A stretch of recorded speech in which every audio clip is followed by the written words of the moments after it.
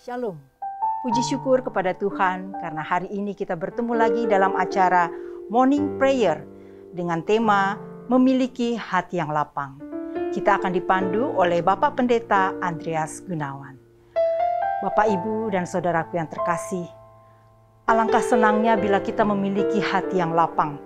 Dan tentunya akan lebih menyenangkan bila hati yang lapang itu kita isi dengan hal-hal yang penuh sukacita dan damai sejahtera.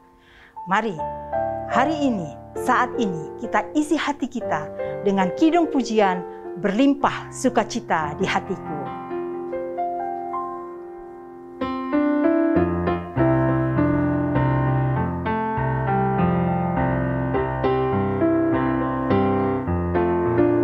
Berlimpah sukacita di hatiku, di hatiku, di hatiku berlimpah sukacita di hatiku, tetap di hatiku berlimpah sukacita di hatiku, di hatiku, di hatiku berlimpah sukacita di hatiku, tetap di hatiku. Bersyukur, bersukacita, kasih Tuhan diam di dalamku. Aku bersyukur, bersukacita, kasih Tuhan diam di dalamku.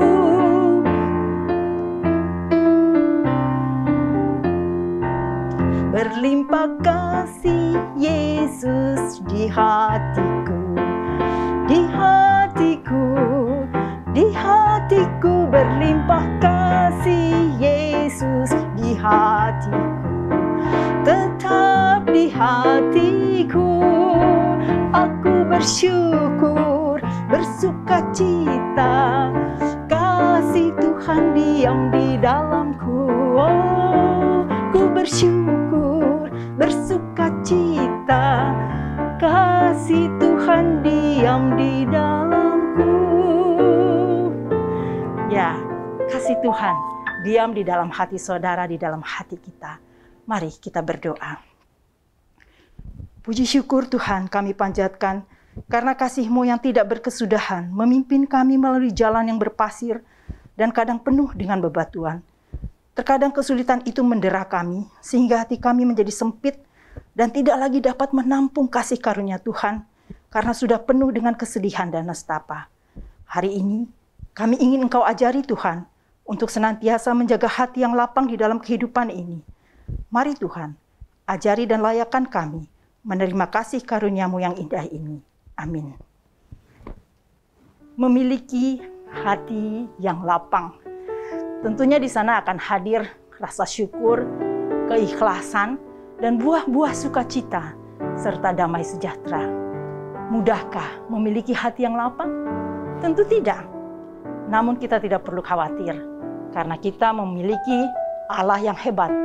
Allah yang telah berjanji akan menyertai saudara dan saya untuk melalui segala keadaan apapun sampai di akhir hayat kita. Dan janji Allah adalah janji yang manis yang tak akan kita lupakan.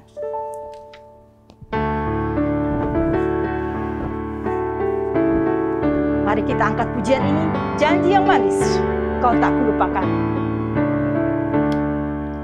Janji yang manis, kau tak kulupakan, tak terombang-ambing lagi jiwaku. Walau lembah hidupku penuh awan, nantikan cerahlah langit di atasku.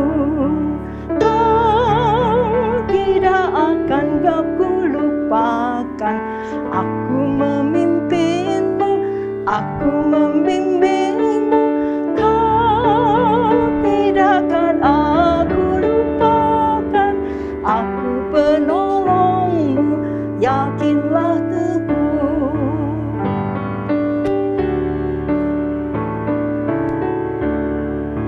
Yakinkan janji kau tak kulupakan. lupakan.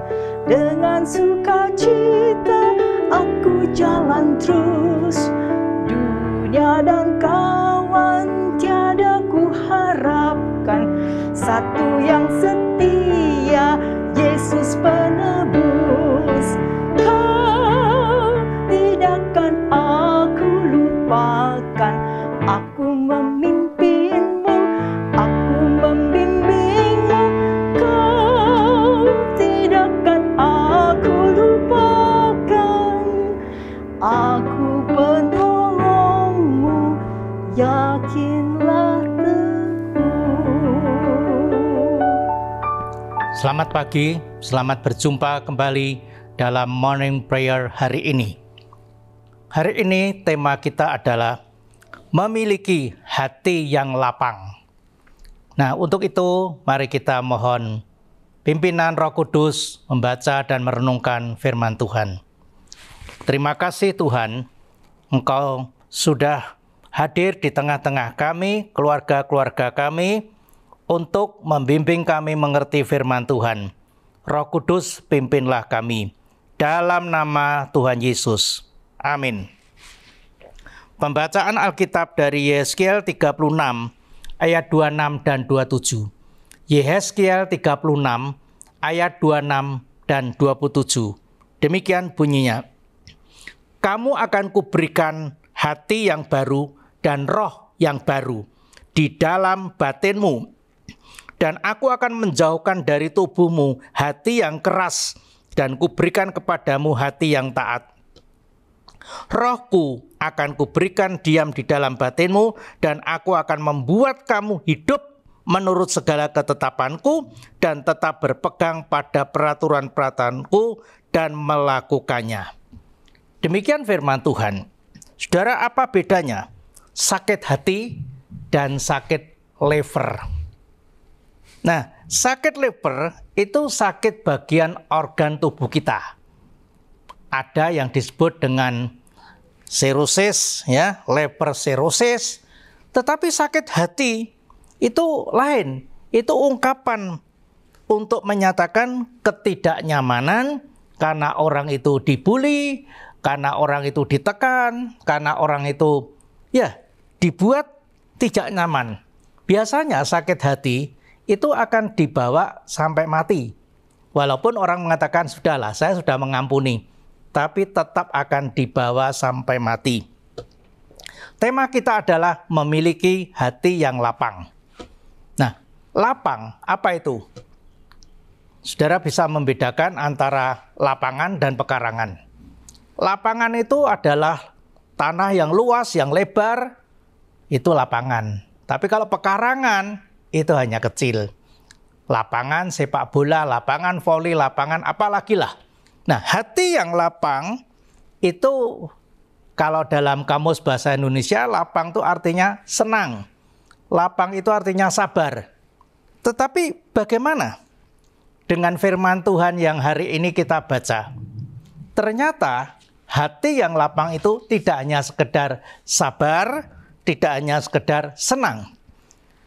Nah, Nabi Yehezkiel itu dipakai Tuhan untuk memberitahukan kepada umat Allah yang sedang berada di pembuangan di Babel. Mereka akan dikembalikan lagi ke tanah asalnya, asalkan, dipersiapkan lebih dahulu dengan hati yang lapang. Nah, apa saja hati yang lapang itu? Hati yang lapang itu pertama, saudara, hati kita itu harus dibersihkan dulu dari semua kotoran-kotoran yang ada. Tuhan menghendaki hati yang lapang. Bukan hanya gembira, bukan hanya sabar, tetapi hati yang seperti hatinya Tuhan. Itu hati yang lapang. Nah, orang-orang di Babel itu, orang umat Allah di Babel itu, mereka memiliki hati yang keras. Di tengah-tengah bangsa-bangsa kafir, mereka tidak memuliakan Allah, tapi justru menghina Allah. Nah, inilah yang Tuhan kehendaki supaya mereka sekembalinya ke tanah airnya di Israel, mereka sudah diperbarui hatinya, tidak lagi menghina Tuhan. Tadi Alkitab mengatakan, aku akan mencurahkan kepadamu air jernih yang akan mentahirkan kamu dari kenajisan dan dari berhala-berhalamu. Mentahirkan itu menyucikan, memurnikan, membersihkan. Jadi Anda lihat saja apa bedanya rumah kotor dan rumah bersih. Rumah bersih itu nyaman ditempati. Kalau rumah kotor, waduh, kita masuk saja sudah memberikan penilaian ini rumah atau kandang. Nah, hati yang lapang itu adalah hati yang bersih. Yesus pernah berkata, jika seorang tidak dilahirkan kembali dari air dan roh, ia tidak dapat masuk ke dalam kerajaan Allah. Yohanes 2, Yohanes 3 ayat 5. Nah, jadi sama saja kalau kita mandi. Kita mandi itu tidak cukup hanya dengan air, tapi pasti ada dengan sabun, ya. Dengan demikian, kita akan bersih.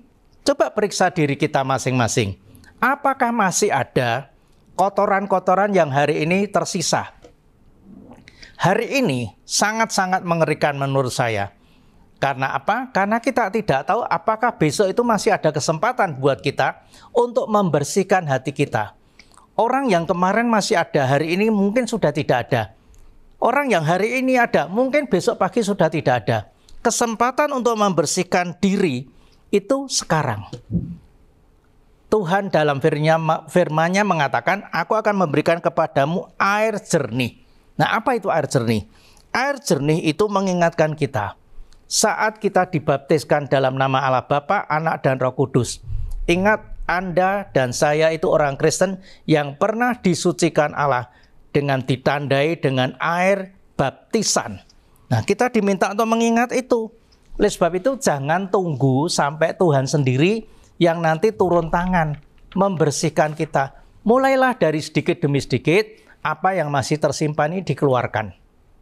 Yang kedua, bagaimana cara memiliki hati yang lapang? Hati yang lapang itu adalah hati yang baru dan roh yang baru. Nah, ini yang disebut transformasi. Jadi Allah menghendaki supaya umat itu sekembalinya nanti ke Israel, ke tanah airnya, mereka betul-betul sudah mengalami transformasi. Bukan masih memiliki hati yang keras. Kalau hati kita kosong, saudara, maka yang mau menempati itu banyak sekali. Yang mau menempati itu mereka berkejar-kejaran. Kalau bisa masuk segera. Nah, itu antara lain hati yang membujuk kita untuk jauh dari Tuhan. Hati iblis yang membuat kita membenci orang lain. Sehingga orang lain tidak bisa membedakan mana yang anak Tuhan dan mana yang bukan anak Tuhan. Karena hatinya itu dimasuki roh-roh jahat. Hatinya keras, saudara-saudara. Kalau hati kita adalah seperti hatinya Tuhan, maka kita akan melihat orang lain itu sebagai sesama kita. Walaupun orang itu memusuhi kita, tapi toh kita masih bisa memaafkan. Banyak kesaksian orang tua yang semula tidak mengenal Tuhan, tetapi dia bisa mengenal Tuhan karena melihat perubahan dari anak-anaknya. Ketika anak-anak saya ini menjadi orang percaya, menjadi Kristen, mereka berubah sama sekali. Dan dengan gampangnya anak itu membawa orang tuanya untuk menjadi percaya.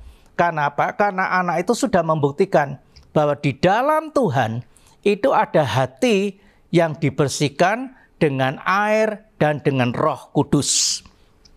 Yang ketiga, saudara, hati yang lapang itu adalah hati yang didiami Roh Allah.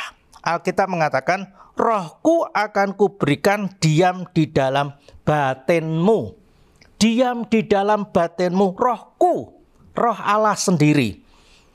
Jadi manusia dicipta Tuhan itu dengan tubuh, jiwa, dan roh. Nah, ketika kita manusia jatuh dalam dosa, semua tercemar dosa. Dan roh kita pun juga tercemar dosa. Oleh sebab itu kenapa ketika Tuhan Yesus naik ke surga, Tuhan menjanjikan untuk memberikan Roh Kudus. Nah, inilah yang akan mempengaruhi, memperbarui, membuat roh kita menjadi baru, saudara. Memang tubuh kita mati.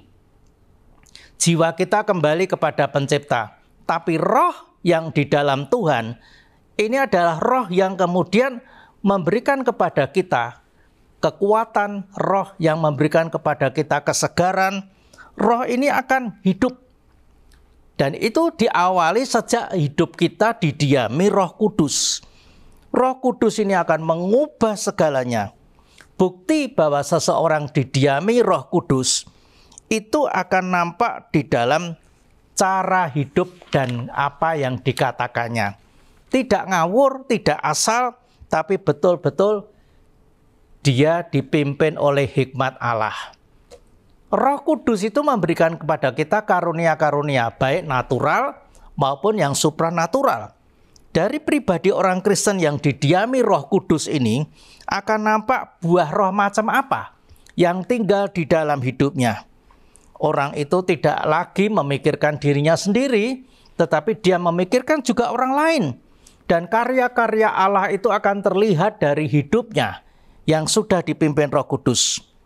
Seorang ibu bersaksi ketika ibu ini menghibur tetangganya yang sedang dalam berduka. Ibu ini banyak berbicara dari kesaksiannya, hidupnya ketika dia juga ditinggal suaminya. Terus berbicara, saudara. Nah, ibu ini mengatakan pada saya heran sekali, Pak. Saat itu saya bisa terus berbicara. Seperti layaknya seorang pendeta yang sedang berkhotbah. Padahal saya dalam hari-hari biasa itu banyak diem. Tapi hari itu ketika saya menghibur ibu yang sedang berduka, saya dipimpin Tuhan mulut saya ini untuk terus berbicara. Sampai ibu itu akhirnya menyadari bahwa saya juga punya seorang teman yang pernah mengalami berduka seperti saya. Nah, inilah bukti. Hati yang lapang, hati yang didiami Roh Kudus, hati yang bisa membuat orang lain terhibur dan terberkati dengan apa yang kita katakan. Selamat memiliki hati yang lapang di dalam Tuhan. Amin. Kita berdoa. Terima kasih Tuhan untuk firman Tuhan yang sudah kami dengar di pagi hari ini. Tuhan memberkati setiap pemirsa dan pendengar dari apa yang diberitakan hari ini. Dalam nama Tuhan Yesus kami berdoa. Amin.